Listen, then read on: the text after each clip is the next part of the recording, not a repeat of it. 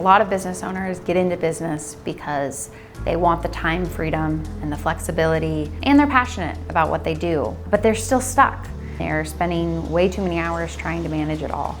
And the reality is they shouldn't have to do that.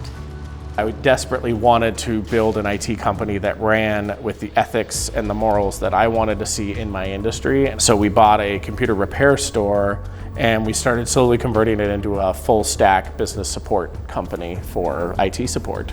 We found a lot of meaning in painting and doing contract work. And the whole reason we started the business was to feed our families. But not only fed it, but allowed us to thrive. In betting on ourselves, we knew that we would come through and work for ourselves harder than we'd ever work for anybody else. I found that I was really good at finding people from different locations in the world and then training them. And friends started asking me to help them find virtual assistants. And that was the perfect opportunity for me to start Home Service VA. What could go wrong?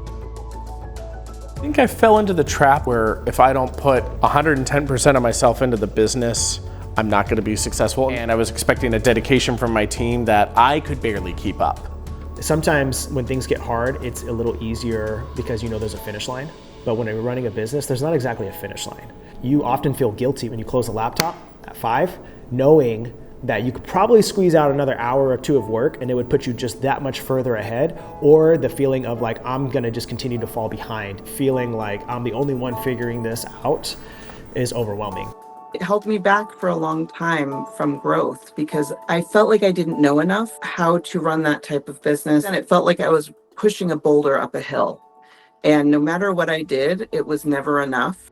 When I was a little girl, my parents owned a business. I remember one day, the ice cream truck came down our street. I remember running to my dad and begging him to get the ice cream. My dad was always a pretty cool, collected guy, and I remember him freaking out and yelling, "We can't afford it." And it was in that moment that I realized that we didn't have any money. They actually had an appointment with a business coach and a bankruptcy attorney. Luckily, what had happened was they had the appointment with the business coach first, and the business coach helped them realize that with some very minor tweaks in their business, they could get themselves out of a really big hole. That really shaped who my dad is today. And from that moment on, my dad has never stopped using a business coach in his businesses. Since then, I've bought and sold and run multiple businesses, and I have never forgotten that moment. I never want any business owner to have a business take control over you so much that you're not making any money, that you can't do the simple joys in life. We help businesses who are wanting to grow through acquisition, transition from owner-led to team-led, or they're wanting to eventually exit the business. And so I take kind of this coach and consultant mix approach where I'm really in the organization a little bit more than a typical coach would be, and I'm not just there for a one-time project like a consultant would be. What are all the issues that they're facing? What are all the opportunities that they're not able to take advantage of? And where do they want to go? And with those 3 key things, we come up with a really good plan. The best way to make decisions is to be informed. And we just weren't informed about our own business because we didn't know.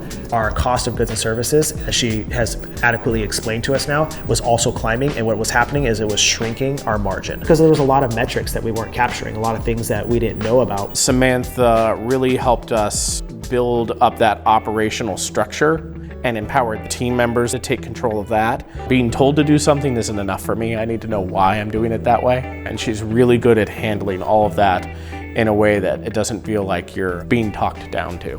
I met Samantha at a business event, and she was just really genuine and also super smart and knowledgeable. After that first strategy day with her, I understood the plan on a different level than I had ever understood before. And we had real clear goals and we knew how to move forward.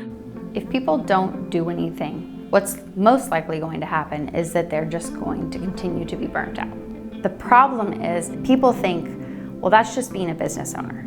You're just supposed to put that many hours in. But that's not the truth. One of the main reasons I believe that you should be a business owner is for the flexibility, to go to the baseball game, to be at that graduation, and not have to be so attached to the business that you have to drop everything when something happens. When we first started working with strategic business coaching, we didn't want to take all the advice, or at least I didn't. And if you're only going to pick and choose what you like, Let's be honest, does anybody grow by doing exactly what they like all the time? I think we would all be eating chocolate cake constantly, right? When you take on someone to help you with your business or help you raise to the next level, you are paying for their expertise. I compared her cost to what we were revenuing in the year. It's a fraction of a percent, yet the impact is like triple what her cost is gonna be. And so what I was afraid of, if I didn't hire Samantha at all, was that we'd run our business into the ground.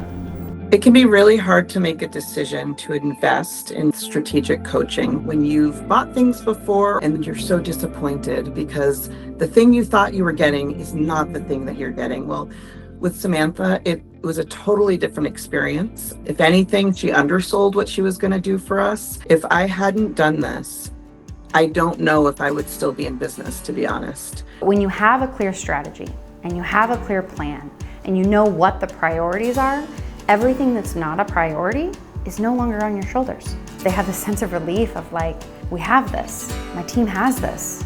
We can actually move forward and we can grow and we can actually grow faster and stronger without me having to carry all of this baggage with me every single day.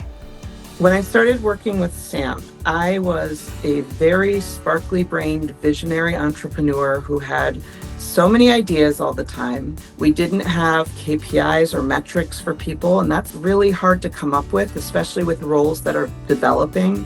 One of the first things Sam did with us is she set up an accountability chart where we could really see where everybody was and what their actual roles were. She brought a lot of clarity to our internal systems, and it helped me to be more focused on allowing people to be more in their roles. I guess the biggest surprise for me was I expected just by having the conversation, stuff was gonna happen. I didn't think about how much work I'd still have to do, but I can honestly tell you, for the first 2 years where Samantha was directly involved, we grew at 23 to 25%. The year she was gone, we only grew at 18%, and we brought her back as a consultant again, and we're already seeing growth back to the rate that we wanna be at.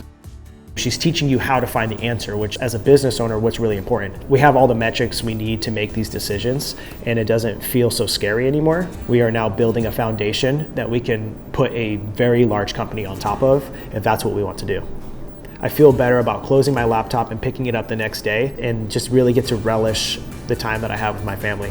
Samantha being part of that for us has been every bit of the difference that we needed for 2025. If someone's feeling stuck, they can watch the Profits in Pints blog, they can come to a live Profits in Pints, or they should just schedule a one-on-one with me. Either way, the first step is simple. Let's talk.